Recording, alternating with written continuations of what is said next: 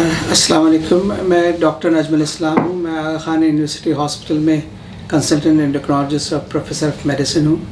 मैं आज आपको डायबिटीज़ से मुतालिक आगाही दूंगा कुछ, और उससे क्या उसको किस तरह से आपने मैनेज करना है।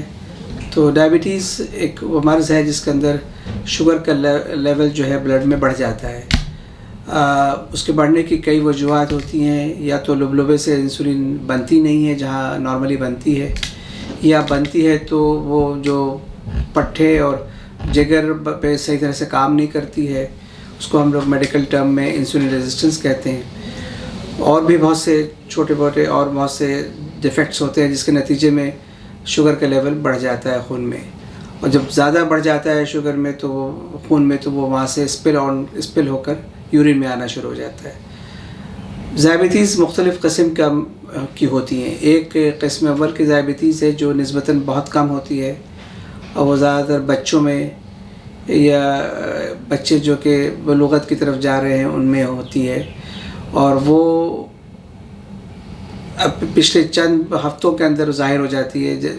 मर्ज़ के शुरू होते ही चंद हफ्तों में पता चल जाता है, क्योंकि उसकी अलामात बहुत ज़्यादा होती हैं, यानी पेशाब की ज़्यादती, प्यास की ज़्यादती, वज़न का कम होना और धुंधलापन और इन्फेक्शंस वगैरह।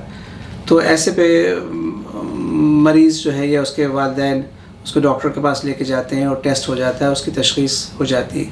अगर किसी दूर दराज इलाके में रहता है और डॉक्टर को रुजू नहीं करता तो ऐसा मरीज़ की मौत भी वाक़ हो सकती है इस किस्म अव्वल की डायबिटीज़। अब किस्म अव्वल की जब डायबिटीज़ होती है तो उसमें इंसुलिन पहले दिन से लगती है, और बग़ैर इंसुलिन के उसका गुजारा नहीं होता। और इंसुलिन भी आम तौर से उसमें दिन में 4 दफ़ा लगती है, हर खाने से पहले 1 दफ़ा और एक सोते वक्त। इसमें दोयम की डायबिटीज़ है जिसे टाइप 2 डायबिटीज़ कहते हैं।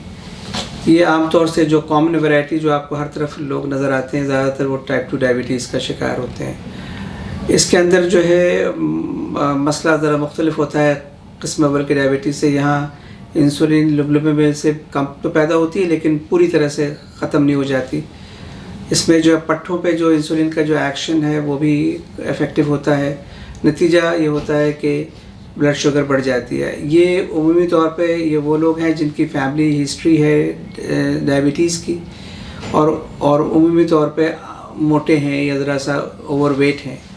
तो ये टाइप 2 डायबिटीज़ है। इसमें अलामात नहीं होती शुरू के दिनों में, बाद में चलकर अलामात हो सकती हैं जब शुगर बहुत बढ़ जाए। एक दफ़ा तशख़ीस हो जाए तो इसका इलाज परहेज़ और वॉकिंग, जिसे हम मेडिकल टर्म में लाइफस्टाइल मॉडिफिकेशन कहते हैं, इससे शुरू होती है।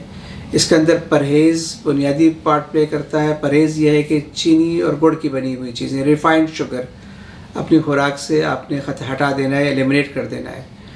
दूसरा जो है रिफाइंड फ्लावर, यानी सफ़ेद आटा और मैदा का इस्तेमाल नहीं करना है।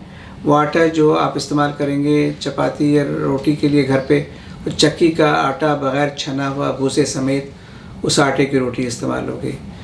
और डबल रोटी अगर आप नाश्ते में करते हैं तो वो ब्राउन ब्रेड, ब्रांड ब्रेड या मल्टीग्रेन ब्रेड जिसे कहते हैं वो इस्तेमाल करेंगे। सफ़ेद ब्रेड जो मैदे की बनी होती है उसका इस्तेमाल मना है डायबिटिक पेशेंट्स के अंदर। फिर फ्रूट्स का ताल्लुक़ है। फ्रूट्स आपको इजाज़त है 2 फ्रूट्स 24 घंटे में ले सकते हैं, एक वक्त में 1 और 2 वक्त में 2 फ्रूट्स। जूसेस की ममानियत है, जूसेस नहीं लेंगे क्योंकि जूसेस से शुगर ज़्यादा तेज़ी से बढ़ती है। खाना जो है वो इतदाल से खाएंगे। बहुत एक्सेसिव ईटिंग, बहुत ओवर ईटिंग, पेट भर के खाना, डट कर खाना, ये शुगर का मरीज़ नहीं करता। तो 3 वक्त का खाना हो गया, सुबह नाश्ता, दोपहर का खाना, रात का खाना, और 3 छोटी चीज़ें हो गई जो कि 2 खानों के दरमियान है। जैसे नाश्ते और दोपहर के खाने के दरमियान 12 बजे 1 फ्रूट खा लिया, शाम को चाय के साथ 1-2 डायबिटिक बिस्किट या छोले या चने ले लिए, सोते वक्त 1 फ्रूट या 1 कप दूध पी लिया। तो खुराक इस तरह से डिस्ट्रीब्यूट होगी। और वॉक आपने आधा घंटा कम से कम करनी है खाने से पहले, चाहे सुबह कर लें चाहे शाम कर लें। पूरे हफ्ते में कम से कम 150 मिनट वॉक करनी है सब मिलाकर। तो ऑन एन एवरेज ये 30 मिनट 5 दिन में बनता है, तो 150 हो जाता है। अगर आप डेली वॉक करें तो वो बहुत ही अच्छा है, लेकिन बहरहाल कम से कम 5 दिन 30 मिनट रोज़ाना करना ज़रूरी है। वॉक की रफ़्तार जो है वो जो हम रेकमेंड करते हैं वो तेज़ चलना, دوڑنا نہیں بلکہ برسک واکنگ کی جو اسپیڈ ہوتی ہے وہ تقریباً 5-6 کلومیٹر پر آور کے حساب سے، یعنی آدھے گھنٹے جو ہم ریکمینڈ کر رہے ہیں اس میں 2.5 سے 3 کلومیٹر کا فاصلہ آپ نے طے کرنا ہے۔ تو یہ تو ہو گیا لائف اسٹائل ماڈیفیکیشن۔ پھر دوائیاں ہوتی ہیں، دوائیاں جو ہے وہ آپ کا معالج ڈیسائیڈ کرے گا۔ دوائیاں مختلف قسم کی اویلیبل ہیں اور بڑی اچھی قسم کی اویلیبل ہیں۔ تو پہلے ایک دوائیاں اور ایک سے نہیں تو ملٹیپل دوائیوں کو کمبائن کر کے آپ کی شوگر کنٹرول کرے گا۔ جب دوائیاں کام نہیں کرتی ہیں تو پھر انسولین شروع کی جاتی ہے۔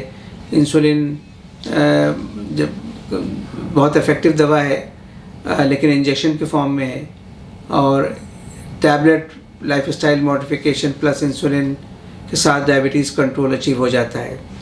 ڈائبٹیز میں صرف شوگر کنٹرول کرنا نہیں مقصد ہوتا، شوگر کے علاوہ اور چیزوں کو بھی دیکھا جاتا ہے، جیسے بلڈ پریشر ہے، کولیسٹرول ہے، وزن ہے۔